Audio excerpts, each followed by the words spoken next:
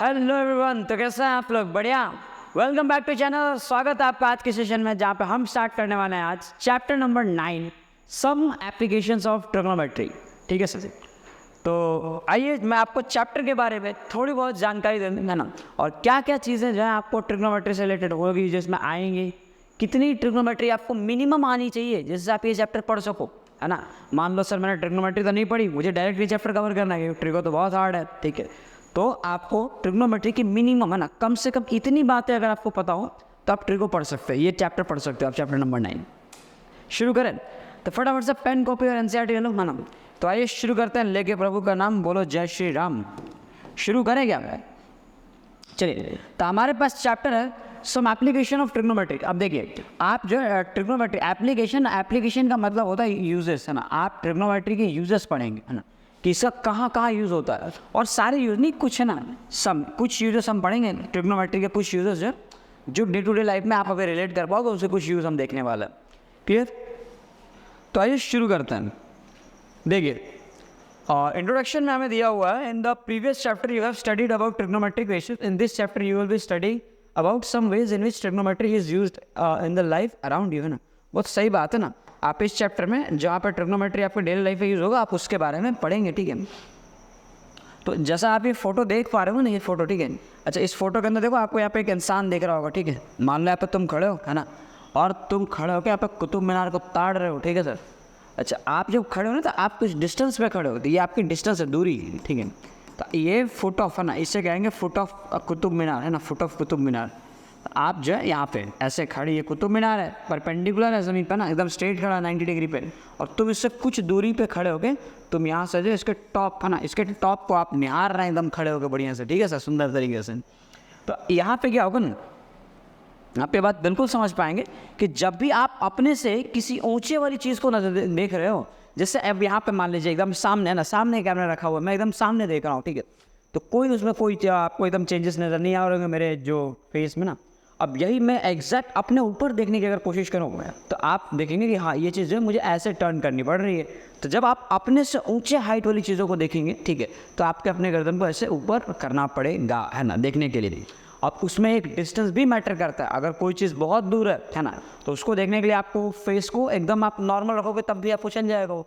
लेकिन एग्जैक्ट जो सर के ऊपर है ना, उसको देखने के लिए आपको कुछ ऐसे सर ऊपर करना पड़ेगा। तो आप देखें कि ये जो कुछ पर्सन जो है थोड़ी दूरी पे है, ये कुतुब मीनार को टॉप पे देखना चाहता है, तो ऑब्वियस सी बात है, इससे जो आपके गर्दन को इस तरह से चेंज करेगा ये, है ना, थोड़ा सा स्लाइटली आप करेंगे। तो यहाँ पे क्या होता है, एक एंगल ऑफ एलिवेशन फॉर्म होता है। मतलब ये आपका हॉरिजॉन्टल लाइन हो गया, हॉरिजॉन्टल मतलब ये आपका ग्राउंड हो गया। अब आप यहाँ से हल्का सा ऊपर देखने की कोशिश कर रहे हैं, है ना, तो यहाँ पे जो एंगल फॉर्म होता है, इस एंगल को हम कहते हैं एंगल ऑफ एलिवेशन। क्या होता है सर एंगल ऑफ एलिवेशन? बेटा, एंगल ऑफ एलिवेशन हम कहते हैं जब भी आप नीचे से ऊपर की चीज़ों को ताड़ रहे हो, ना, नीचे से आप ऊपर देख रहे हो, नीचे से आप ऊपर की तरफ देखने की कोशिश कर रहे हो, उसे कहते हैं एंगल ऑफ एलिवेशन। समझ आएगा? और वही एग्जैक्ट उल्टा, मान लो अगर आप ऊपर हो, बालकनी में बैठे हुए, बालकनी में बैठ के आप नीचे देख रहे हो, मस्त है ना, अच्छी बात है ना। अगर आप नीचे देख रहे हो तो ये जो बनेगा आपके नज़रों से लेकर वहाँ तक का जो लाइन बनेगी ना, एक इमेजिनरी लाइन बनती है। ऐसी कोई लाइन होती तो नहीं है वैसे। आप जैसे स्ट्रेट अगर देखो ना, स्ट्रेट, तो उस चीज़ को अपन कहेंगे एंगल ऑफ डिप्रेशन। कब?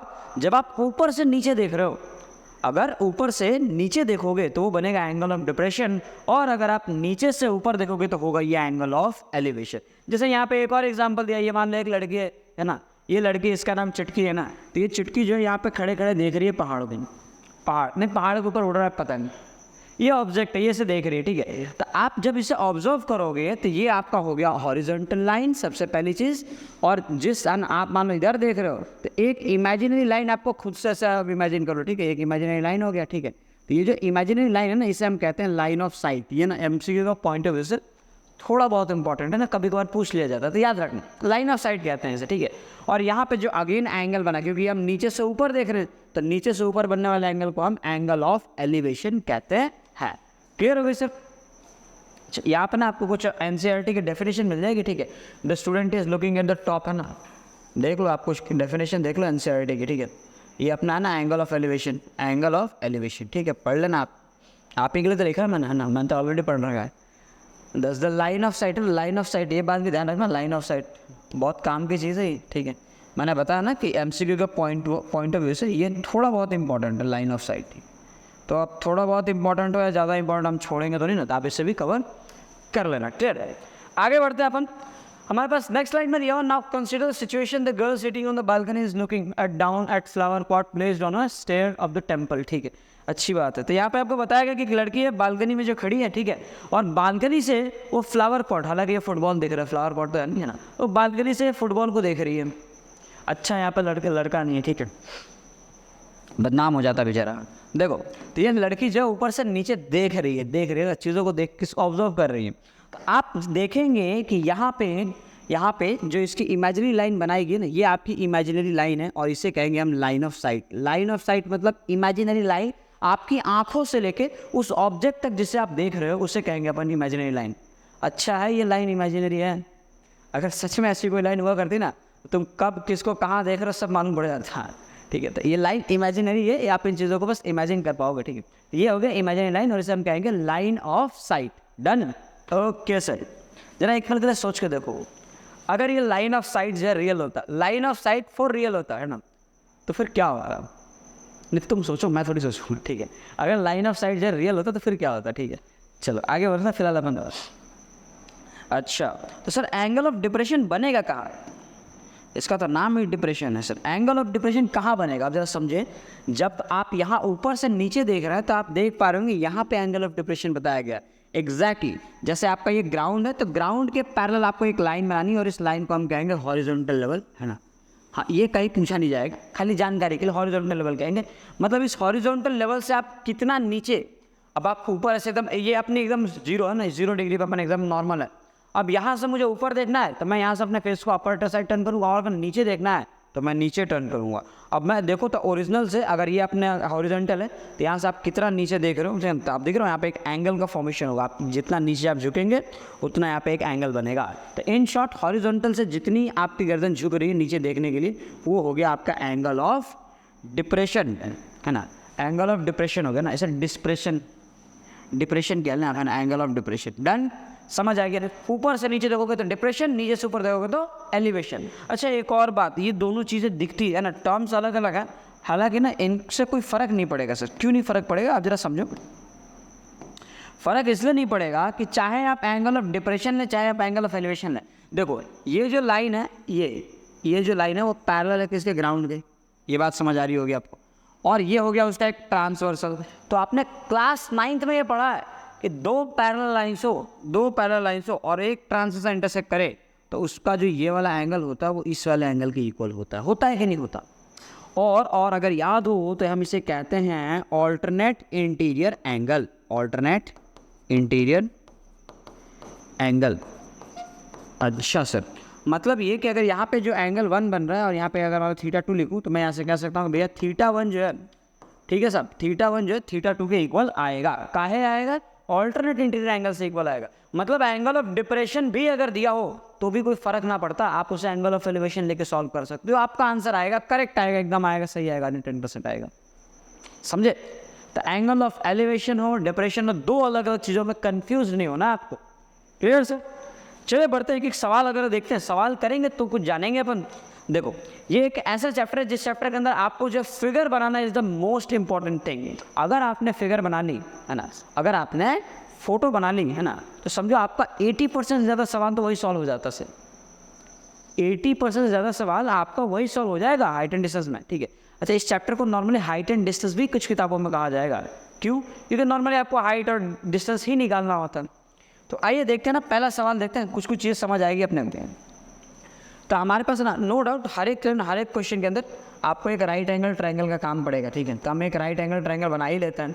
हमारे पास दिया हुआ a tower stands vertically on the ground from a point on the ground which is 15 metre away. सीधी सही बात है ना, एक टावर है जो ग्राउंड पर खड़ा है। ठीक है, ऐसा रख दिया हमने। ठीक, और आपको बोला गया है from a point on the ground which is 15 metre away from the foot of the tower. मान लो ये टावर है, टावर का फुट है, तो टावर के फुट से 15 मीटर दूर, टावर के फुट से 15 मीटर दूर, तो ये टावर का फुट है ना 15 मीटर, ये वो पॉइंट पी है। ठीक है, समझे सर? और मान लो कि ना ये पी है, ये किसी क्यू कह लो, इसको आर कह लो। तो ये क्यू आर जो है टावर है, और इस टावर का ये फुट है ना, ये ग्राउंड है। तो ग्राउंड से 15 है ना, जहाँ पे ये फुट ऑफ परपेंडिकुलर हो, इससे 15 मीटर दूर यहाँ पे एक पॉइंट भी है, और यहाँ से मैं इस टावर को देख रहा हूँ। मैं इस टावर को यहाँ से ऐसे निहार रहा हूँ सब। अच्छा, इसमें बोला गया है the angle of elevation of the top of the tower is found to be 60 degree. मतलब यहाँ पे जो एंगल ऑफ एलिवेशन है वो 60 डिग्री है सर, 60 डिग्री है। तो आप बता दो मुझे टावर की हाइट कितनी होगी, टावर की ऊंचाई बता दो आप। ठीक है सर, कैसे निकालोगे? अरे बड़ा आसान है, देखो अपने को क्या करना है, हमें करना है इन ट्राइंगल है ना। इन ट्राइंगल कौन सा ट्राइंगल है सर? पी क्यू आर है। In triangle P Q R लगा दो, tan 60 लगा। हम जानते हैं ना, वी नो दैट है ना, वी नो दैट। थोड़ा बहुत तौर तरीका है ना, स्टार्टिंग है तो थोड़ा बहुत मैं आपको बढ़िया से लिख के दिखा दूँ। We know that tan theta and tan theta is equal to perpendicular by base. इसी हिसाब से अगर tan 60 की अगर वैल्यू निकालना चाहूँ तो इसके लिए परपेंडिकुलर क्या है, सामने वाला है ना क्यू आर। तो tan 60 is equal to Q R divide by base. Base कितना सर? पी क्यू है ना, पी क्यू डाल दो। ये आइटम जो √3 आ जाएगा। क्यू आर की वैल्यू तुम्हें नहीं पता, वही तो निकालना अपने को, ये ऐसा है ठीक है। और पी क्यू मेरे को दे रखा 15, क्रॉस मल्टीप्लाई करूँगा आ गया 1500√3। ये हो गया मेरा एच की वैल्यू। देखो यही तो मुझे निकालना था, यही तो हमें निकालना था। समझे कि नहीं समझे? समझ गए हैं? चलो वेरी गुड। तो हमारा आंसर आ गया 15√3। फिर अब आप यहाँ पे जब आप इस चैप्टर को पढ़ें तो आप ध्यान रखें, आपको दो वैल्यूज़ याद करने पड़ेंगे। आपको √3 की वैल्यू याद रखनी पड़ेगी, दैट इज़ 1.732 है ना। आप 2 डिजिट में ही याद रखें, ठीक है। और √2 की जो वैल्यू आएगी 1.41 है ना। बस इतना ध्यान रखना आपको। क्यों सर ये काम आता है कि बिल्कुल काम आता है, कहीं कहीं पे आपको इसकी वैल्यूज़ रखते हैं, इसको सिंप्लीफाई करना पड़ेगा। आगे बढ़े अब हम अगला सवाल। तो अगला सवाल है हमारे पास जो कि हम देख नहीं पा रहे हैं क्योंकि सवाल जो है वो माइक्रो साइज का हो चुका है। तो आ जाओ थोड़ा इसको बड़ा कर देते हैं सवाल को। यू में टेक हाँ ठीक है, बहुत बढ़िया। ठीक है, मैं कुछ चीज़ें आपको पढ़ के बता देता हूँ, ठीक है। आपको जो थोड़ी बहुत चीज़ें समझ में आ जाएंगी सर। यहाँ बताया गया कि ऐसे वो रख लो, हाँ कुछ ऐसे हमने कर दिया, डन। इसको करेंगे हल्का सा नीचे। अब यहाँ से हम बनाएंगे एक लाइन।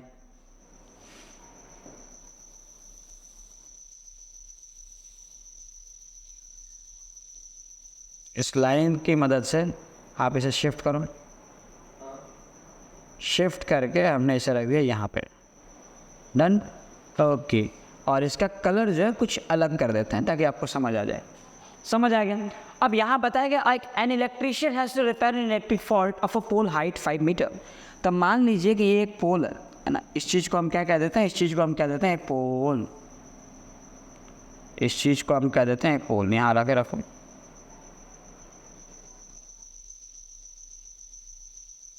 डन। ये चीज़ है एक पोल है। अब इस पोल की जो हाइट है वो है 5 मीटर। अब इस 5 मीटर वाले पोल में, 5 मीटर वाले पोल में एक फॉल्ट रिपेयर करना है एक इलेक्ट्रिशियन को। अच्छा, पोल की हाइट जो है 5 मीटर है, तो सबसे पहला काम, एक काम करो, इसको कर दो आप 5 मीटर। अच्छा, और ऑब्जर्वेशन करो है ना, 1.3 metre below the top of the pole है ना, 1.3 metre below the top of the pole. मतलब पोल के टॉप से 1.3 मीटर बिलो, मतलब ये जो पार्ट है, ठीक है, यहाँ पे जो ये है ना, ये 1.3 मीटर होगा। ये कितना होगा? 1.3, सिर्फ इतना, 1.3 मीटर। समझ आ गया ना? अब ये टोटल अगर 5 का है तो अगर ये 1.3 है, इसका मतलब ये जो रिमेनिंग पार्ट है वो रिमेनिंग पार्ट वो हो जाएगा 3.7 मीटर। 3.7 मीटर। ये एग्जाम्पल नंबर 2 है आपका, है ना, एनसीईआरटी का एग्जाम्पल नंबर 2। ओके सर, आगे गए। What should be the length of the ladder that she should use which when inclined at an angle of 60 degree. अच्छा, मतलब अगर लैडर को सर अगर मैं 60 डिग्री पे इंक्लाइन करूं तो मुझे लैडर की लंबाई कितनी रखनी होगी ताकि मैं इस एग्जैक्ट लोकेशन पे पहुंच सकूं और यहाँ पे टंगे हुए बल्ब की मैं रिपेयरिंग कर सकूं। अब मान लो बल्ब यहाँ पे है, तुम यहाँ पे थोड़ी चढ़ जाओगे। बल्ब यहाँ पे तो मैं ऑब्वियस सी बात है उससे थोड़ा नीचे आऊँगा ना, तभी यहाँ पे खड़े रह के अपन हाथ से रिपेयर करेंगे सर। समझे लॉजिकली? अच्छा, अब बताओ सर आंसर कैसे निकालोगे आप? तो देखो इसे करने के लिए तुम्हें फिर से ना थोड़ी बहुत ABCD करनी पड़ेगी, है ना। तो ये हो गई तुम्हारी A, ये हो गई तुम्हारी B और ये हो गई तुम्हारी C, है ना। ABC कर दी अपन, ठीक। आगे बढ़ते सर। अच्छा सर, तो एक काम करो, लगाओ है ना, फॉर्मूला लगाओ। इन ट्राइंगल ABC के अंदर ना, अच्छा हम पहले जानते हैं, वी नो दैट, लिख लो ना इन चीज़ों को, वी नो दैट, हम ये बात जानते हैं कि जो अपना ये देखो परपेंडिकुलर है, निकालना क्या है, ये निकालना है, इसे हाइपोटेनस कहते हैं क्या पर अपनी भाषा में, तो परपेंडिकुलर दिया हुआ है, हाइपोटेनस निकालना है, परपेंडिकुलर हाइपोटेनस का रिलेशन याद होना चाहिए, है ना, परपेंडिकुलर और हाइपोटेनस का पवित्र रिश्ता याद होना चाहिए आपको, उससे हम कहते हैं साइन थीटा, है ना, साइन होता है ना परपेंडिकुलर हाइपोटेनस का रेशियो, तो हमें यहाँ पे लिखना है वी नो दैट साइन, है ना, sine theta is equal to, ये क्या कर दिया मैंने, we know that sine theta is equal to perpendicular by hypotenuse. अच्छा तो इसका मतलब ये सर कि अगर मैं साइन 60 लगाऊंगा तो परपेंडिकुलर की वैल्यू जो मेरी ए बी आ जाएगी, सही बात है, बिल्कुल आ जाएगी, और हाइपोटेनियस जो मेरा ए सी आएगा, ठीक है साहब, तो ये जो है √3/2 आ जाएगा, और ए बी की जगह पे आप रख देंगे 3.7 और डिवाइड बाई ए सी, वही तो अपने को निकालना है, कर दो क्रॉस मल्टीप्लाई, तो यहाँ से अपने को मिल जाएगा A C is equal to 3.7 × 2 divide by √3, ये अपने को यहाँ पे हासिल हो गया, प्राप्त हो गई अपनी को वैल्यू, ठीक है। अच्छा और कुछ करना था क्या, would an never also how far from the foot of the pole should she place the foot of the ladder, ठीक है, बहुत अच्छी बात है।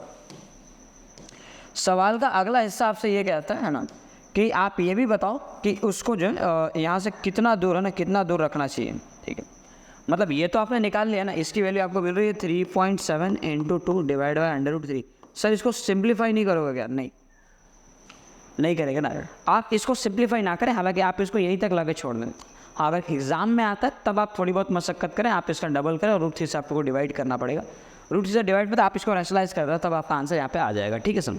अच्छा बेस के बारे में क्या कहना है, बेस के बारे में क्या कहना है, तो अगर बेस निकालना है, परपेंडिकुलर दिया है मुझे बेस निकालना है ना, आपसे पूछा कि ये सीढ़ी कितना दूर रखना पड़ेगा मुझे इससे, है ना, अगर आपको सीढ़ी के बाद कितना दूर रखना पड़ेगा, आपको परपेंडिकुलर दिया है, बेस पूछा गया है, तो नो डाउट परपेंडिकुलर और बेस का जो रिश्ता होता है उसे हम tan थीटा कहते हैं, परपेंडिकुलर बाय बेस कहते हैं, तो हमें फिर यहाँ पे लिखना है tan theta is equal to perpendicular by base, इसका अर्थ ये है कि सर अगर मैं tan में 60 डिग्री लगाना चाहूँगा इस ट्राइंगल के भीतर, तो इसका परपेंडिकुलर हो जाएगा AB, लिख दिया हमने, और बेस आ जाएगा BC, कोई दिक्कत नहीं है, tan 60 की वैल्यू होती है √3, AB की जगह पे मैं रखूँगा 3.7 और बेस BC की जगह पे अपन BC रखेंगे, क्रॉस मल्टीप्लाई कर लो तो यहाँ से तुम्हें मिल जाएगा BC is equal to 3.7 divide by √3, आप इसको भी रैशनलाइज कर सकते हैं, है ना, और आप इसकी वैल्यू जो है निकाल सकते हैं, समझ आ गया, क्लियर है, आगे बढ़े अपन, बढ़ते हैं अगला सवाल की तरफ। अगला एग्जाम्पल है an observer 1.5 metre tall is 28.5 metre away from a chimney, ठीक है,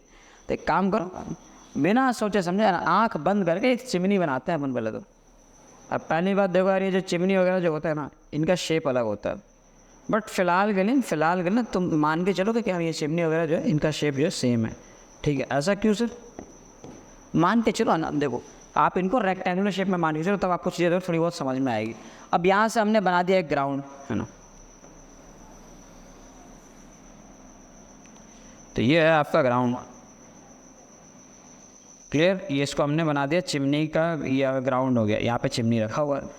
अब आपको क्या बताया गया है, an observer 1.5 metre tall is 28.5 metre away. अब एक ऑब्जर्वर है जो भी 1.5 मीटर टॉल है, कितना है 1.5 मीटर टॉल, तो 1.5 मीटर टॉल मतलब 1.5 मीटर आप ऊपर लेके आओ, है ना, और छोड़ दो, और यहाँ पे आप इसे कर दो जॉइंट, यहाँ पे हमने क्या कर देना, इसको जॉइंट कर देना, तो ये हो गया आपका ऐसे डन, और इस चीज़ को यहाँ पे शिफ्ट कर दो,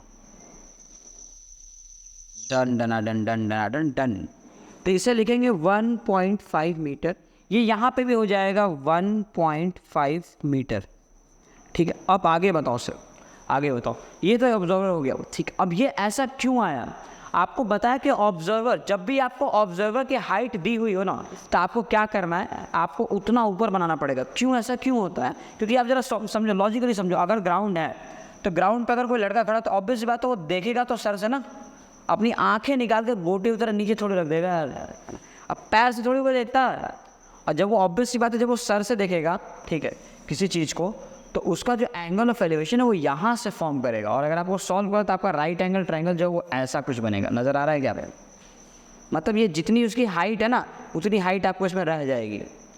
तो जब चीज़ें बहुत बड़ी बड़ी होती है, टावर वगैरह के केस है, तो वहाँ पे इंसान की हाइट बहुत छोटी हो जाती है, तो उसको हम नेगलेक्ट कर देता है। हालांकि कुछ कुछ केसेस में हम उनके हाइट को काउंट करते हैं, जैसे यहाँ पे इसकी हाइट को काउंट किया गया है, इसका मतलब 1.5 आपको यहाँ पे माइनस करना पड़ेगा इसकी टोटल हाइट में। ऐसा आपका ट्रायंगल जो है यहाँ से बनेगा, 1.5 मीटर ऊपर से आपका ट्रायंगल बनेगा, ठीक है। इस बात का खास ध्यान रखें, ऐसा सवाल आपके एक्सरसाइज के अंदर भी दिया हुआ है, ठीक है सुनिए। तो इसको मिटाते हुए हम बढ़ते हैं थोड़ा सा और आगे, और इससे जो है आप बनाए एक ट्रायंगल। तो हम यहाँ से शुरू कर रहे हैं और हम लेके जाएंगे यहाँ तक, चिमनी के टॉप तक। हो गया अपना काम, अब शुरू करो। ऑब्जर्वर है 1.5 मीटर टॉल है, 28.5 metre away from the chimney, मतलब इस चिमनी से ये 28.5 मीटर की दूरी पे है। मतलब ये जो दूरी है ना, ये दूरियाँ जो है फिलहाल है, ठीक है। तो ये जो 28.5 मीटर की दूरी पे है, ठीक है, समझें। ये दूरी 28.5 मीटर की है होगी चिमनी से, समझें। अगर आप समझ गए तो बहुत अच्छी बात है, नहीं समझें तो समझ जाओ ना यार, क्या दिक्कत है। 28.5, ये डिस्टेंस 28.5 मीटर है। अब आगे हमें दिया the angle of elevation of the top of the chimney from our eyes is 45 degree. आप देखना एनसीईआरटी वाले बहुत ना, एनसीईआरटी हमेशा हर सवाल में लड़कियों को लेते हैं। देखो यहाँ पे भी लड़कियाँ ले हमने, फ्रॉम हर आइज। पता नहीं क्यों लड़कों को इंक्लूड नहीं किया गया। आप देखो इस वाले सवाल के अंदर भी लिखा है शी नीड्स, है ना, शी नीड्स, मतलब इलेक्ट्रीशियन भी लड़की है। आप देख रहे हो इलेक्ट्रीशियन भी लड़की है। बहुत गलत हो रहा है हमारे साथ बहुत ज़्यादा गलत हो रहा है। चलो तो लड़की है। अच्छा, फ्रॉम आवर आइज 45 डिग्री, मतलब यहाँ पे जो एंगल ऑफ एलिवेशन बन रहा है सर वो 45 डिग्री बन रहा है, लिख दो ऐसे, ठीक है। अब क्या बोला है, what is the height of the chimney, chimney की हाइट बताओ। तो मैं कह दूँ क्या, ये ए है, अच्छा, और मैं ये भी कहता हूँ सर ये बी है, और फिर इसे सी कह लेते हैं, इसे कह लेते हैं डी, और इसे कह लेते हैं ई। अब देखो फ़ायदा क्या, वो फ़ायदा ना, फ़ायदा करोड़ों का फ़ायदा है। तो हम जानते हैं, क्या जानते हैं, हमें पता है, वी नो दैट, है ना, कि जो है आप यहाँ पे देखो, आपको निकालना क्या, हाइट निकालना है, और दिया क्या है, बेस दिया हुआ, परपेंडिकुलर निकालना है, बेस दिया हुआ है, परपेंडिकुलर बेस, परपेंडिकुलर बेस कौन सा रिश्ता, tan का रिश्ता लगेगा। मतलब मैं लगाऊंगा we know that tan theta is equal to perpendicular by base. So in triangle कौन सा ट्राइंगल है सर, ए बी सी ना, ट्राइंगल आएगा आपका ए ई आएगा, बी नहीं आएगा, ए ई, और ई के बाद क्या है, डी, ए ई डी आपको ध्यान रखना है। In triangle A E D, तो tan 45 is equal to perpendicular कितना आ जाएगा, ए ई, और आपका बेस कितना आ जाएगा, ई डी। tan 45 की वैल्यू 1 होती है, ए ई की जगह पे क्या रखना है, ए ई आपको नहीं पता है, लेकिन आपको ई डी, है ना, ए ई छोड़ दो आप, ई डी पता है क्या, ई से लेकर डी, ई से लेकर डी तक की जो लंबाई है वो 28.5 मीटर है, आपने पढ़ा था। यहाँ आपने को रख देना है 28.5, क्रॉस मल्टीप्लाई करते ही आ जाएगा 28.5 इज इक्वल टू ए ई, मतलब ए ई की लंबाई आ गई। अच्छा, अब टोटल हाइट क्या है सब, है ना, अब आपको आगे लिखना है, आगे हमें लिखना है therefore total height of chimney, total height of chimney क्या होगी सर, चिमनी की हाइट, देखो जो चिमनी की हाइट होगी, height of chimney is equal to, पहले तो ए ई आ जाएगा, और फिर देखो ई और बी भी आएगा, है ना, ई बी, ये आपको ये भी तो ऐड करना पड़ेगा 1.5, तो ए ई प्लस ई बी करना होगा हमें। तो हम यहाँ पे लिखेंगे ए ई प्लस ई बी, और ए ई जो है बबुआ वो है 28.5, और ये हो गया तुम्हारा 1.5। जब इसे आप ऐड कर दोगे, है ना, तो यहाँ पे आपको मिलेगा 30 मीटर, मतलब चिमनी जो है वो 30 मीटर ऊंचा था। समझे, समझ आ गई क्या बात, आगे बढ़े कैसे, ओके सर, आगे बढ़ते हैं। चलो फिर से हमारे साथ धोखा हुआ है ना, मैंने आपको हालांकि बात मैं पहले बता चुका हूँ, है ना। एग्जाम्पल नंबर 4 है, मैं इसको छुपा दे रहा हूँ, ठीक है। ये इस बात को मैं आज तक खुद नहीं समझ पाया कि आखिर ये ऐसा होता क्यों है। हम क्वेश्चंस को बहुत अच्छे से अरेंज करते हैं, बट स्टिल, है ना, कई बार सवाल जो है गद्दारी कर देता है, और इसकी गद्दारी की वजह से ना चीज़ें बिगड़ जाती हैं। मतलब दिख रहा है इतना अच्छे से टाइप किया है, खाम का छोटा हो गया ही। चलो आ जाओ, फिर भी इसको पढ़ना तो पड़ेगा, सवाल करना तो पड़ेगा। तो बिना सोचे समझे आंख बंद करके, तो from a point P on the ground the angle of elevation the top of a 10 metre tall building is 30 metre. तो मुझे top of the 10 metre tall building, तो मुझे 10 मीटर चौड़ी एक बिल्डिंग बनानी है। ये हमने बना दी 10 मीटर चौड़ी एक बिल्डिंग। इस बिल्डिंग के ग्राउंड पे ना यहाँ से हम बना देंगे एक लाइन, ये हो गया हमारा ग्राउंड, है ना। अब उसके बाद उसके बाद आपको एंगल ऑफ एलिवेशन बनाना होगा। तो एंगल ऑफ एलिवेशन के लिए मैं यहाँ से जो है ज्वाइन कर दूंगा इसको, ये हो गया मेरा एंगल ऑफ एलिवेशन।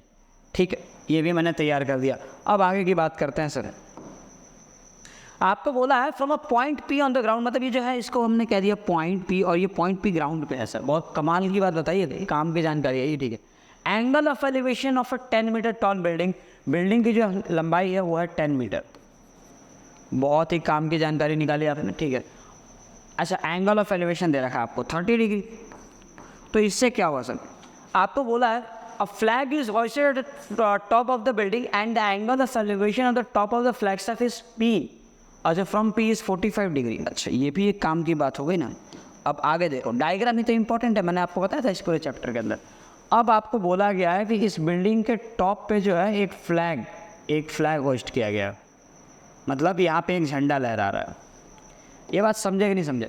यहाँ पे लहरा रहा है एक झंडा, और आपसे बोला गया है कि ये जो झंडा है, ठीक है, अब इस पॉइंट पी से आप देख रहे हो, लेकिन आप पॉइंट पी से कहाँ देख रहे हो? आप झंडे के टॉप पे देख रहे हो। क्लियर? पॉइंट पी से इस बार आपको देखना है झंडे के टॉप पे। तो ऑब्वियस सी बात है, फिर से आपका कुछ ना कुछ एंगल आएगा। ठीक है, फिर से हमें कुछ ना कुछ एंगल मिलेगा। तो ये दो एंगल मिले, एक ये और एक ये। अब ये वाला एंगल तो मुझे 30 डिग्री मिल गया, ये वाले एंगल की बात हम नहीं करेंगे। अब बात करते हैं ये वाला एंगल की। तो यहाँ पे जो एंगल बन रहा है, जो यहाँ से लेकर यहाँ तक है ना, फ्लैग स्टाफ तक, तो ये वाला जो एंगल है वो कितना है? 45 डिग्री का है। जब भी आपको 45 डिग्री दिख जाए, सबसे पहले आप 45 डिग्री वाले ट्राइंगल को सॉल्व कर लिया करें, है ना। अच्छा, तो सॉल्व करें अपन। देखो, ये अपना ट्राइंगल हो गया ए। ठीक है, अच्छा ए के बाद अपने क्या करना पड़ेगा? इसे कह लो आप बी, इसको कह लो आप बी, है ना, ए बी बी हो गया। ठीक है, और यहाँ पे कर दो आप ए बी बी, इसको सी कह दो। आगे बढ़ते हैं अपन। अब देखो, पहले 45 डिग्री वाला ट्राइंगल सॉल्व करो। 45 डिग्री वाला ट्राइंगल सॉल्व करेंगे। सो हम यहाँ पे लिखेंगे वी नो दैट, है ना, इन ट्राइंगल, डायग्राम देखो, इन ट्राइंगल कौन सा ट्राइंगल है? ए बी पी, है ना, A B B, in triangle A B P. अच्छा, tan 45 ना, ए बी पी ट्राइंगल के अंदर tan 45, तो tan 45 is equal to tan 45 perpendicular क्या हो जाएगा? ए से लेके पूरा बी आ जाएगा, ए बी। अच्छा, अपॉन में, अच्छा इसका जो बेस है ना, बेस क्या हो जाएगा? बी पी, है ना, इसका बेस लिखेंगे अपन बी पी। तो ये इसकी वैल्यू आ गई 1, तो 1 is equal to A B. अब आपको हाइट पता है क्या? देखो ए बी क्या है? ए बी में पहले ये तो 10 है, 10 सेंटीमीटर कहाँ से लेके कहाँ तक आ रहा है? देखो ये यहाँ से लेके ना, यहाँ से लेके ये, क्लियर, एंड ये इसके नीचे से इसके नीचे, ये यहाँ तक, ये हो गया आपका 10 मीटर लंबा है। ये 10 मीटर लंबा है, यहाँ से लेके यहाँ तक, है ना, 10 मीटर। और ऊपर की जो हाइट हो रही ना, ऊपर की जो हाइट हो रही, इसको हमने मान लिया h, इसको आप मान लीजिए, इसको मान लीजिए h। ये h दे रखा है इतना, क्लियर। तो ये क्या हो जाएगा? टोटल 10 था, और 10 में प्लस h करना, क्योंकि ए बी के अंदर क्या हो जाएगा? ऊपर से लेके पूरा बॉटम तक। तो ये इतना हो गया 10, और 10 में इतना ऐड करेंगे अपन h, तो 10 प्लस h आएगा। तो मुझे यहाँ पे लिखना है, इनका परपेंडिकुलर कितना आ जाएगा? 10 प्लस h। अच्छा, और बेस कितना रहेगा? बेस तो रह जाएगा बी पी। आप क्रॉस मल्टीप्लाई करें तो B P is equal to कितना आ गया आपके पास? 10 प्लस h। ये पहला काम खत्म हो गया। बात समझ में आ गई? अब थोड़ा सा एक कदम और आगे जब आप बढ़ेंगे तो आपको ट्राइंगल लेना पड़ेगा सी बी पी, है ना। तो in triangle C B P, in triangle C B P. अब इस वाले ट्राइंगल का जब आप अप्लाई करो तो tan 30 डिग्री। अब tan 30 यानी छोटा वाला ट्राइंगल 30 डिग्री के लिए देखो परपेंडिकुलर क्या आ जाएगा? सी से लेके बी तक आएगा, सी बी, है ना। तो हमने लिख दिया यहाँ पे C B divided by base कितना आ जाएगा? बेस तो आपको वही बी पी आएगा, तो रख दो यहाँ पे बी पी। tan 30 की वैल्यू हो जाएगी 1/√3। सी बी की वैल्यू आपको गिवन है 10, और बी पी की वैल्यू आपने निकाली अभी यहाँ पे 10 प्लस h। रख दो यहाँ पर, क्रॉस मल्टीप्लाई कर दें, ये हो जाएगा 10 plus h is equal to 10√3। अब यहाँ से h इज इक्वल टू कितना हो गया? 10√3 तो ऑलरेडी था, 10√3 और प्लस 10 को चला के -10। तो यहाँ पे h इज इक्वल टू 10 आ गया कॉमन, तो ये आ गया √3 - 1। So h is equal to 10 times of √3 की वैल्यू होती है 1.73 - 1, जहाँ से मुझे मिलेगा h is equal to 0.73, 1 minus होने के बाद, और h को 10 मल्टीप्लाई करो तो h इज इक्वल टू आ गया तुम्हारा 7.3 मीटर। यानी जो फ्लैग जो फ्लैग था, फ्लैग की जो हाइट थी वो 7.3 मीटर्स थी। अब देखो ऑलमोस्ट बिल्डिंग के इक्वल हो गए, तो 7 मीटर है ना, समझ आ रहा है, बहुत बड़ा फ्लैग होगा फिर। क्लियर है, आगे बढ़े अपन। अगला सवाल, example number 5, the shadow of a tower standing on a level ground is found to be 40 metre longer when the sun's altitude is 30 degree then when it is 60 degree. चलिए कमाल की चीज़ है। तो एक टावर फिर से बनाएंगे सर, फिर से एक टावर बनाएंगे। हमने बना दिया टावर, और ये हमने ऐसे रख दिया, टावर बना दी। इसका रंग बदल दे क्या? रंग बदल देते हैं इसका जो है रंग बदल देते हैं सर। हमने इसका रंग बदल दिया टावर का, डन। अब देखो क्या बोला गया है। अब आपसे ये बोला गया, अब तो आपको पहले तो ग्राउंड तो बनाना पड़ेगा, तो हम पहले इसका एक लेवल ग्राउंड बना देते हैं, क्रिएट कर देते हैं। ठीक है, तो ये हो गया इसका लेवल ग्राउंड, ये ग्राउंड है। अब ग्राउंड से आपको जो एक पॉइंट है, shadow of a tower standing on a level ground is found to be 40 metre longer when the sun's altitude is 30 degree. मतलब देखो कोई पॉइंट नहीं लेना आपको, इस बार खाली इतना समझना है कि ये ग्राउंड है, ग्राउंड है, ठीक है। अब परछाई ना, अब मान लो सन्स एल्टीट्यूड यहाँ पे आप ले लो, ठीक है, ऐसे, और यहाँ पे हमने ऐसे ड्रॉ किया कुछ इस प्रकार से, हल्का सा आपको आगे लेके जाना है। क्यों ऐसा करना है? आप अब सन है ना, सन समझ रहे हैं आप, सूरज जो है ऐसे ऊपर इसके पीछे खड़ा है, ठीक है। अब इससे क्या होगा, इसकी जो परछाई है ना, वो परछाई कुछ ना कुछ यहाँ बन रही होगी। अच्छा, the shadow of a tower standing on level ground is found to be 40 metre longer when the sun's altitude is 30 degree then when it is 60 degree. अच्छा, तो ये हो गया 30 डिग्री, ये हो गया आपका 30 डिग्री, तो इसे हम कह देंगे 30 डिग्री। इसे हमने कितना कह दिया? 30 डिग्री। ओके सर, ठीक है सर, तो ये आपका 30 डिग्री हो जाएगा। अब आगे जरा देखो ढंग से। अब एक बार फिर से जब सूरज है ना, देखो धीरे धीरे, जब ये 60 डिग्री था, तो यहाँ से स्टार्ट कर दो।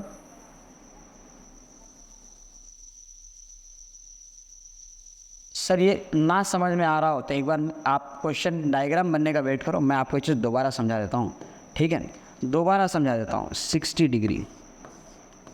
अब जरा ध्यान से सुनना, आपने देखा जब चीज़ों की परछाई बनाई जाती है, ठीक है, अगर कोई ऑब्जेक्ट यहाँ पे रखा जा रहा है, तो जैसे जब सनराइज होता है, जब सनराइज होगा है ना, तो देखो धीरे धीरे ऐसे ऊपर जाता हुआ है ना, कुछ ऐसे आपको दिखते जाएगा वो। हालांकि ऐसा होता नहीं, ऐसा हमें लगता है ना कि वो यहाँ से निकला हुआ और ऐसे ऊपर जा रहा है वो। तो आप देखो जब सनराइज एग्जैक्ट पीछे रहेगा तो उस केस में जो शैडो आती है वो काफ़ी लंबी आती है, ठीक है। सूरज अगर थोड़ा और ऊपर आ जाएगा तो उस केस में जो शैडो रहेगी थोड़ा सा और छोटी हो जाएगी, फिर और ऊपर में शैडो और छोटी हो जाएगी, और जब एग्जैक्ट सर के ऊपर होगा तब आपकी शैडो बहुत छोटी आती है। तो वही बात बताई कि जब सन का एल्टीट्यूड जब 30 डिग्री था तो उसमें परछाई बड़ी आ रही थी, और जब वो 60 डिग्री हो गया तो परछाई छोटी हो गई।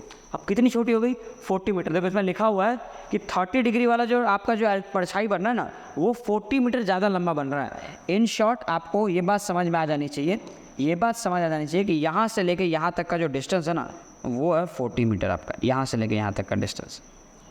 ये ऐसा सवाल के अंदर दिया हुआ है, ठीक है, ये आपके सवाल के अंदर दिया हुआ है। लिखो, तो इन चीज़ों को लिख दें क्या? हम यहाँ पे इसे लिख देता है 40 मीटर, तो हमने यहाँ पे कह दिया 40 मीटर। क्लियर? अब आपको ये तो नहीं पता कि सर इसके आगे क्या होगा, वो हमें नहीं पता, तो इसके आगे क्या होगा उस चीज़ को हम पता कर लेते हैं, ठीक है। उस चीज़ के लिए हम यहाँ से लेके यहाँ तक एक और लाइन रख देंगे, ठीक, और ये हो गया यहाँ तक एक्सपैंड। Clear sir? चलो अब इसको करते हैं थोड़ा सा और आगे, बीच में आप लगा दो इनके पार्टीशन, दीवार खड़ी कर दो, है ना, ये यहाँ तक और ये यहाँ तक, है ना, यहाँ से यहाँ तक। इसको हमने मान लिया डिस्टेंस डी, मान लिया, स्मॉल डी कह दिया, ठीक है। ये 40, ये डी हो गया। अब आपको बताना है क्या होगा सर और कैसे होगा सर, तो पहले तो हमने इसको मिटा दिया। अब हम यहाँ से शुरू करेंगे। नामकरण रखना जरूरी है, बिल्कुल ज़रूरी। तो आप मान लो ये एंगल ए है ना, इसे आप है ना, ये ए हो गया, ये बी हो गया, ठीक है। इसको आप सी कह लो, इसको कह लो आप सी, इसको हमने कह दिया सी, और इसको कह दिया हमने point D. Clear? A B C D हमने कह दिया। अब आप बढ़ो, in triangle A B C, in triangle A B C triangle के अंदर the shadow of a tower standing on the level ground is found to be 40 metre longer, 40 metre लंबा होगा, when the sun's altitude is 30 degree then when it is 60 degree. Find the height of the tower, tower की height निकालनी है, इस चीज़ को अपने को calculate करना। मान लो एच मान लिया हमने, क्लियर है। चलो अब लिखना स्टार्ट करते हैं एन ट्राइंगल, ठीक है, इन ट्राइंगल ए बी सी। अब ए बी सी ट्राइंगल मतलब ए से लेके बी और बी से लेके सी, यहाँ तक ही जाना है 60, तो 60 डिग्री आ रहा है क्या, तो हमें लिखना है यहाँ पे tan 60 degree is equal to perpendicular कितना 60 के लिए, पूरा का पूरा ए बी आ जाएगा, तो ए बी अपॉन में इसका बेस कितना है, बेस आ जाएगा आपका बी सी, बेस आ गया बी सी। तो ये हो गया √3 और ए बी की वैल्यू आपने रखा है एच और बी सी की वैल्यू आपने रखी है डी, क्रॉस मल्टीप्लाई करो तो आपको मिलेगा d√3 is equal to H, और इसको यहीं पे छोड़ के आपको आगे बढ़ना होगा आगे।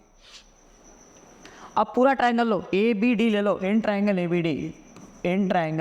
बी डी, इसके अंदर आपको लगाना पड़ेगा tan 30 डिग्री, तो tan 30 degree is equal to आपको क्या मिलेगा, tan 30 डिग्री आपको मिलेगा परपेंडिकुलर, 30 के भी परपेंडिकुलर देखो वही है ए बी अपॉन में बेस क्या मिलेगा इसका बी से लेके डी। आप देखोगे कि tan 30 की वैल्यू होती है √1 अपॉन में √3 और ए बी की जगह पे तो आपको रखना पड़ेगा h, लेकिन जो बी डी है, बी डी जगह पर क्या लिखना पड़ेगा d और d+10, देखो ये स्मॉल d है ना, इतना डिस्टेंस को मैंने d कहा था और यहाँ से यहाँ का 40 डिग्री है तो ये d+40 हो जाएगा, मतलब ये आ जाएगा आपका d+40, क्रॉस मल्टीप्लाई करो तो d+40 is equal to h √3। अब निकालना क्या, निकालना है मुझे हाइट, तो एक काम करते हैं डी को यहाँ से हटा देते हैं, तो डी की जगह पर मैं क्या ले दूंगा h/√3, है ना। देखो यहाँ से आप एक कदम और आगे बढ़ो तो यहाँ से डी इज इक्वल टू मुझे मिल जाएगा h/√3।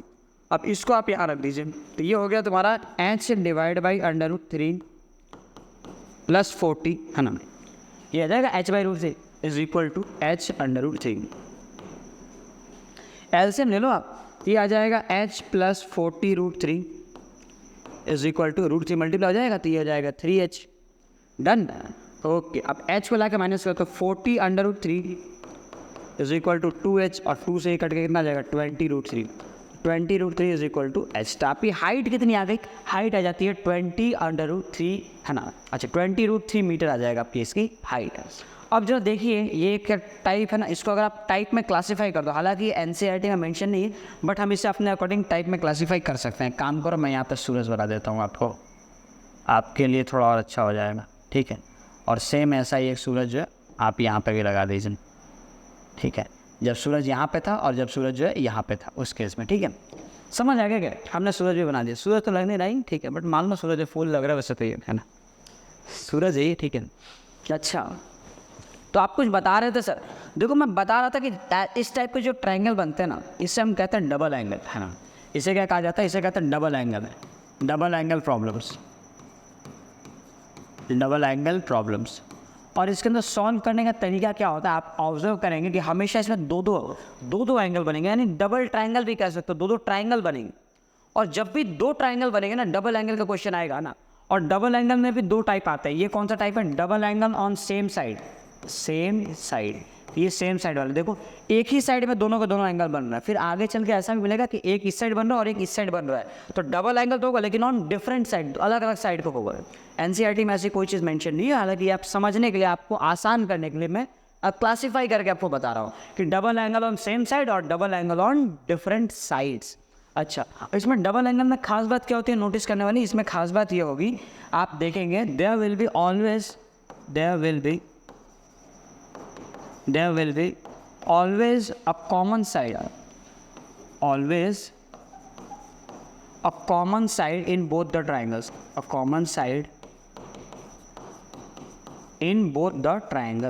दोनों ही ट्रायंगल में, दोनों ही ट्रायंगल्स के बीच में है ना एक कॉमन साइड होगी, ध्यान रखना। जैसे इस वाले ट्रायंगल, बड़े वाले देखो, बड़े वाले ट्रायंगल का परपेंडिकुलर और छोटे वाले ट्रायंगल का परपेंडिकुलर, दोनों के दोनों सेम हैं। बात समझ में आई क्या, इसीलिए कहा जाता है कि हाँ, इसमें जो हमेशा दोनों में से कोई ना कोई एक साइड कॉमन आएगा ही आएगा, दोनों ट्रायंगल में से, है ना, ये खास बात होती है इसके अंदर। आगे बढ़े आप, अगला सवाल है द एंगल ऑफ डिस्प्रेशन, आपने वो देखा है डिस्प्रेशन में है ना, डिस्प्रेशन में, तो ये डिप्रेशन है।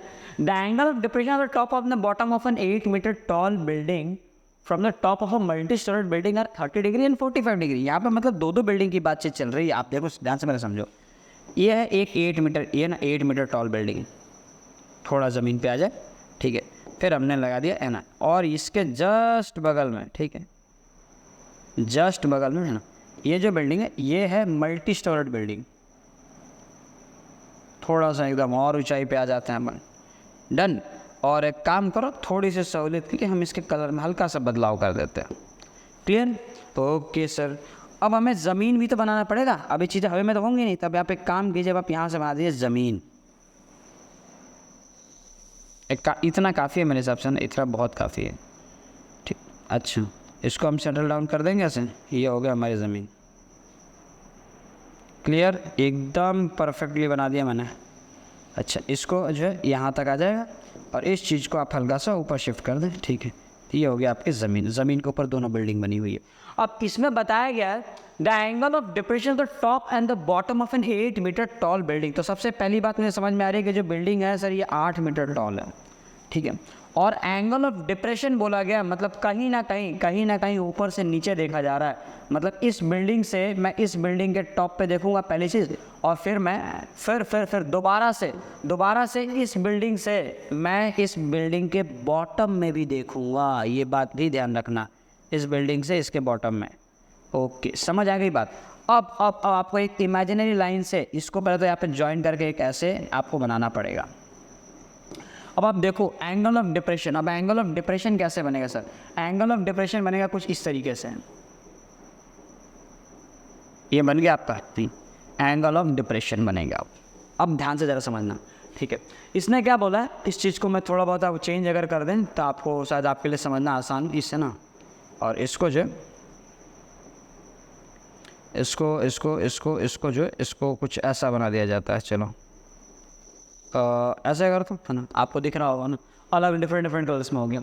ठीक है, ये 8 मीटर टॉल है। अब अगर ये 8 मीटर टॉल है तो देखो ये भी 8 मीटर टॉल आ जाएगा। इसको भी हम कह देंगे 8 मीटर टॉल। लेकिन कहाँ से लेके कहाँ तक?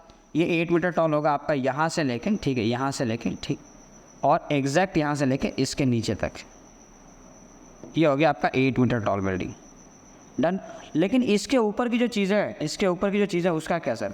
तो इसके ऊपर की जो चीज़ है उसको आपको ऐसी तरीके से ऐसे छोड़ना पड़ेगा। ठीक है, और इसकी वैल्यू आपने अभी तक नहीं निकाली है। तो इसको कुछ मान लेंगे ना सर, बिल्कुल इसको कुछ मान लेंगे। तो इसको हम कुछ ना कुछ मान के चलेंगे। चलो तो स्टार्ट करें। लेट्स बिगिन विद द सवाल। तो हमने यहाँ से लेकर यहाँ तक का जो डिस्टेंस था, ठीक है, ये 8 मीटर था, और इसके ऊपर का जो डिस्टेंस आ रहा है इसको हमने मान लिया h मीटर्स। क्लियर हो गई बात? h मान लिया हमने, स्मॉल h। ओके, अच्छा, ये जो डिस्टेंस है इसको आप d मान लो, तो ये भी d हो जाएगा, क्योंकि देखो ये अल्टीमेटली जो ये रेक्टेंगल बनेगा ऐसे। ठीक है, ये d और d हो जाएगा, ये 8 और 8 हो जाएगा। अब थोड़ा सा अब और एंगल्स की बात कर लेते हैं हम। The angle of depression of the top, पहले टॉप की बात की गई है, एंड बॉटम, उसके बाद बॉटम है। Of an 8 metre tall building from the top of a multi storey building are 30 degree and 45 degree. तो जो पहला जो एंगल ऑफ एलिवेशन बना है ना, वो 30 डिग्री बना। मतलब ये एंगल जो आपका 30 डिग्री का है, 30 डिग्री। क्लियर? और जो दूसरा उसके बॉटम का जो एंगल ऑफ एलिवेशन बन रहा है ना, वो हो रहा है आपका 45 डिग्री का। अब देखना, अगर ये 30 डिग्री है तो यहाँ पे ये देखो ये भी 30 डिग्री आ जाएगा, और अगर ये 45 डिग्री बन रहा है तो ये एंगल आपका 45 डिग्री हो जाएगा। आपको ऐसे डायग्राम से रिप्रेजेंट कर देना है बस। अब आपका काम आसान हो गया। अब आप लगाओ, ट्रायंगल का नाम दे दो और आप सॉल्व करना स्टार्ट करो। तो ट्रायंगल का हम नाम रखते हैं, ठीक है। मान लो कि ये पॉइंट ए है, ठीक है, इस पॉइंट को बी कह लो, इस पॉइंट को सी कह दो, इस पॉइंट को हमने कह दिया डी, और ये आपका हो गया पॉइंट ई। अब सॉल्यूशन स्टार्ट करें। सो इन ट्रायंगल किसी भी एक्शन 30 डिग्री से मान लो स्टार्ट करते हैं अपन। तो in triangle A B E, तो tan 30 degree is equal to perpendicular. 30 degree के लिए परपेंडिकुलर क्या है? h है, और बेस क्या है? बेस है इसका d, h/d। tan 30 आपका आ गया 1/√3 h/d। क्रॉस मल्टीप्लाई करो तो d/√3 ना, d/√3 is equal to h आ जाएगा, d/√3 is equal to h। पहला काम की चीज़ आपको यहाँ से मिल गई। अब आगे देखो, आगे जब सॉल्व करो, अब 45 डिग्री सॉल्व करना पड़ेगा। तो हमने लिखा tan 45 डिग्री, लेकिन कौन सा ट्रायंगल में? तो लिखा है नहीं ना, तो उसको लिख दो ना पहले। इन ट्रायंगल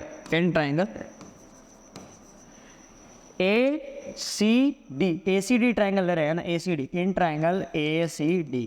अब ACD में जब आप tan अप्लाई करोगे, tan 45 डिग्री, तो परपेंडिकुलर 45 के लिए परपेंडिकुलर क्या है? A से लेके C पूरा का पूरा परपेंडिकुलर आएगा, डेट इज AC। अपॉन में बेस क्या है, बेस देखो आपका वही डी रहेगा, तो बेस जगह पे आपने डी रख दिया। अब tan 45 की वैल्यू 1 होती है। अब AC कितना है, देखो AC में पहले ये h आएगा, फिर नीचे का ये लेंथ 8 आएगा, तो h + 8 लिखेंगे AC की जगह पे। तो हमने यहाँ पे लिखना है यहाँ पे h + 8 और d को d रहने देना, क्रॉस मल्टीप्लाई करो तो d = मिल जाएगा आपको h + 8। समझे कि नहीं समझे?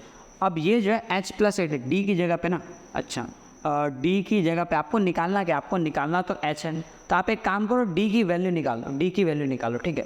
तो यहाँ से √3 को क्रॉस मल्टीप्लाई तो d = क्या मिल जाएगा आपको, h√3, यहाँ से है ना क्रॉस मल्टीप्लाई ओके। अब इसकी वैल्यू को उठा के यहाँ रख देंगे, तो d की जगह मैंने रख दिया h√3 और = मैं h + 8, h को ला के माइनस कर दो, तो h√3 - h = 8। अब दोनों में से h ले लिया कॉमन, तो क्या हो जाएगा, √3 - 1 = 8। सो h = 8 divide by √3 - 1।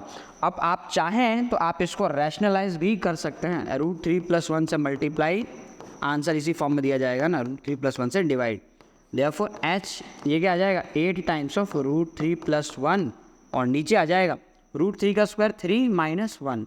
So h = 8 times √3 + 1 और नीचे डिवाइड बाय जाएगा 2 और 2 से काट के कितना हो जाएगा 4। तो फाइनली इसका अगर मैं आंसर लिखूँ यहाँ पे तो h में जो मिल जाएगा 4√3 + 1 है ना, ये आपका आंसर है। इतना मीटर उसकी हाइट हो जाएगी।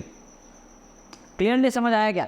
आगे बढ़े पर देखो अगला सवाल है from a point on the bridge across a river है ना, the angle of depression of the banks on the opposite sides of the river are 30 degree and 45 degree respectively if the bridge is at height of 3 metre from the banks, find the width of the river. ठीक है, बहुत सही बात है, ठीक है। तो देखो इनका क्या कहना है, इनके हिसाब से इन्होंने बताया कि एक नदी है ना, नदी ब्रिज है, ब्रिज, तो जो ब्रिज है वो कुछ इस तरीके से लोकेटेड है, इसको आप ऐसे कह लें, ठीक है। हालांकि ऐसे ब्रिज तो होते नहीं, बट आपको जो फिलहाल मान के चलना, मान के, ठीक है, क्लियर है। और एक लाइन आपको और बनानी, वो लाइन क्या हो जाएगी ऐसे,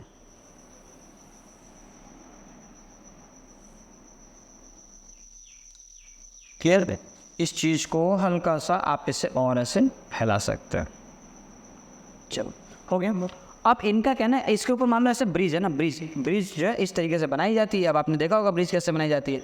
अब आपका जो ब्रिज है वो ब्रिज कुछ इस प्रकार से बना हुआ है ना, आपने देखा होगा कि ब्रिज है वो कुछ इस प्रकार से ऐसे ब्रिज बनी हुई है, ठीक है। अब ये अपर लेयर है ब्रिज के, हम नीचे की बात कर रहे हैं। अब बात ये ना कि यहाँ से एक नदी गुजर रही है, नदी क्या दे रखी है, रिवर है ना, रिवर है ना, यहाँ से एक नदी गुजर रही। अब यहाँ पे इसके सेंटर से आपको चीज़ों को इमेजिन करना है। पहले तो एक ये लाइन बना दो, ठीक। अब यहाँ से जो है अब दो साइड, एक इस साइड बन रहा है, ठीक है, और यहाँ से जो है एक इस साइड फॉर्म होगा। क्लियर, समझ आ गई चीज़ें। अब देखो दोनों के आप है ना, इसमें चाहो तो आप चीज़ों को थोड़ा बहुत फेरबदल कर दो जिससे आपको चीज़ें ज़्यादा अच्छे तरीके से समझ आए, ठीक है। हमने कर दिया थोड़ा बहुत फेरबदल। अब बोला from a point on the bridge, bridge पे एक पॉइंट है अक्रॉस अ रिवर। हम एक काम करो, इसको जो है थोड़ा सा मिटा दो आप, ताकि आपको चीज़ें जो है ज़्यादा कन्फ्यूज़ ना करे, मतलब ज़्यादा क्या थोड़ा भी ना करे, तो इसलिए हम पहले ब्रिज को मिटा देते हैं, है ना। From a point on bridge across a river, the angle of depression of the bank on opposite sides of the river are 30 degree and 45 degree. तो एक साइड जो एंगल ऑफ डिप्रेशन बन रहा था ना, यहाँ पे आप देखो है ना, एग्जैक्ट अगर मैं अपन बात करें, एग्जैक्ट में बात करें, ठीक है, तो ऐसे एक लाइन ड्रॉ कर देते हैं अपन, ठीक है। तो यहाँ से आपको एंगल ऑफ डिप्रेशन नज़र आ जाएगा, एंगल ऑफ डिप्रेशन वो क्या है सर, तो एंगल ऑफ डिप्रेशन आपको देखो एक साइड का आपको मिलेगा 30 डिग्री, है ना। तब मान लो कि ये एंगल ऑफ डिप्रेशन जो है वो है 30 डिग्री का, तो ये कितना हो जाएगा 30 डिग्री हो जाएगा। और इस साइड का जो एंगल ऑफ डिप्रेशन है, एंगल ऑफ डिप्रेशन ये कितने का दे रखा है 45 डिग्री का, तो 45 डिग्री। ये वाइट लाइन जो है ना, वाइट लाइन ये ब्रिज है आपकी, है ना, और ये इमेजिन लाइन आपकी लाइन ऑफ साइट वगैरह हो जाएगी। If the bridge is at height of 3 metre, अच्छा ब्रिज की जो हाइट है वो 3 मीटर दे रखी है, मतलब ये जो लाइन है ना, ये लाइन ये 3 मीटर गिवन है अपने को। तो क्या करना है, from the bank find the width of the river, आपको रिवर की विड्थ निकालनी है। मतलब अगर इसकी लेंथ को मैं a मान लूँ यहाँ से लेके यहाँ तक, और इसकी लेंथ को मैं b मान लूँ, तो आपको a में b को ऐड करके ये a + b की लेंथ बतानी है। यही आपके रिवर की विड्थ। कैसे करेंगे हम, कैसे किया जाएगा, देखो इसको करने के लिए इसको करने के लिए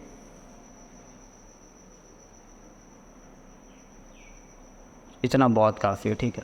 इसको करने के लिए आपको क्या क्या चीज़ें करनी पड़ेंगी, ये ख़त्म हो गया क्या? एक काम करो, नॉर्मली रन दो, पहले ज़्यादा अच्छा लग रहा था, इससे पहले और इससे पहले, ठीक है। चीज़ें गायब हो गई यार, हमने जो है खामखा बिगाड़ दिया। कोई बात नहीं, इसको वापस सुधार देते हैं, ठीक है, वापस सुधार देते हैं। एक लाइन ऐसे बना देंगे, वापस सुधार जाएगी चीज़ें। बन गया है, ठीक है। इसको हमने थोड़ी सी मेहनत करके वापस सुधार दी, कोई बात नहीं, ठीक है। अब ऐसी चीज़ें बन रही थी अपने पास।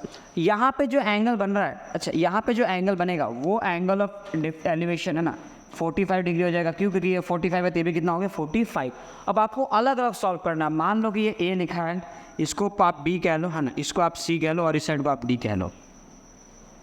अब एक एक साइड सॉल्व कर दो। तो हमने पहले लिया in triangle A B C. A B C के अंदर tan 30 की अगर मैं बात करूँ तो tan जो 30 हो जाएगा, 30 के लिए परपेंडिकुलर क्या है, ए बी, और बेस क्या है, बेस है इसका a। तो tan 30 यानी 1/√3, ठीक है। और ए बी तुम्हें दे रखा है 3 और a तुम्हें नहीं दिया, क्रॉस मल्टीप्लाई करो। यहाँ जब आप क्रॉस मल्टीप्लाई करोगे तो आपको a = मिल जाएगा 3/√3। डन, पहला पार्ट क्लियर। अब आप निकालो in triangle A B D, ठीक है। आपको यहाँ पे 45 डिग्री अप्लाई करो तो tan 45 = परपेंडिकुलर। इसके लिए परपेंडिकुलर क्या है, ए बी अपॉन में बेस क्या है इसका, बी डी। अब आप देखें 45 की वैल्यू 1 होती है, tan 45, और ए बी की वैल्यू आपको दे रखी है 3 और बी डी आपको नहीं दिया है। तो क्रॉस बी डी की वैल्यू आपने बी मान रखी ना, तो बी डी को आप बी कह लो, बी डी को आप स्मॉल बी कह लो। क्रॉस मल्टीप्लाई करो तो b = आपको मिल गया 3। अब इसके रिवर की जो विड्थ आएगी वो कितनी होगी, विड्थ ऑफ रिवर, तो हम यहाँ पे लिखेंगे width of river = a + b, और a की लेंथ है आपकी 3/√3 और b की लेंथ है 3, मतलब 3 को ले लेंगे कॉमन, मतलब ये हो जाएगा √3 + 1। ये रिवर की आ गई विड्थ, रिवर की विड्थ आ गई। समझ आ गया? करें अगला सवाल। अगला सवाल क्या है, from a point on the, अच्छा ये सवाल 2 बार रिपीट है क्या? हाँ ठीक है, 2 बार रिपीट है, ठीक है, इसको छोड़ दो, आप आगे बढ़ें। अच्छा इतने ही सवाल देखें, इतने ही सवाल थे सर। तो हमने जो है चैप्टर नंबर 9 आज स्टार्ट किया है ना। इन चीज़ों को हमने थोड़ा बहुत समझा, इंट्रोडक्शन भी हुआ अपना, और एग्जाम्पल सारे के सारे एग्जाम्पल हमने सॉल्व कर लिए। हमने मतलब ऑलमोस्ट 7 सवाल आज सॉल्व किए, 7 एग्जाम्पल हमने करे। अब इसके बाद आप कैपेबल हैं कि आप 9.1 के कुछ क्वेश्चन अगर आप स्टार्ट करेंगे ना, तो आपसे कुछ सवाल डेफिनेटली बनेंगे ना। कुछ क्वेश्चन में आप फंस सकते हैं, जहाँ पे आप फंसेंगे वहाँ पे आपको जो है थोड़ी बहुत हेल्प की जरूरत पड़ेगी।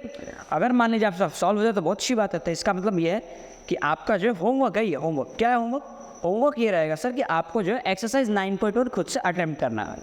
हो जाता है तो वेल एंड गुड है ना, बहुत अच्छी बात है। नहीं हो पाता है तो मिलेंगे अपन नेक्स्ट लेक्चर में, वहाँ पे हम करेंगे 9.1 का डिस्कशन, 9.1 का कंप्लीट सोल्यूशन अपन करेंगे, ठीक है, बढ़िया।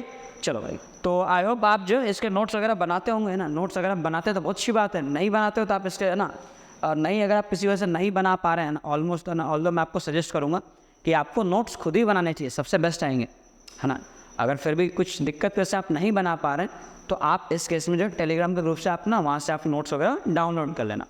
Clear sir? तो आज के लेक्चर को अपन यहीं पे ख़त्म करते हैं, मिलते हैं नेक्स्ट लेक्चर में। टिल दैट ख्याल रखें अपना, पढ़ाई करते रहे। ऑल द बेस्ट, चलिए बाय।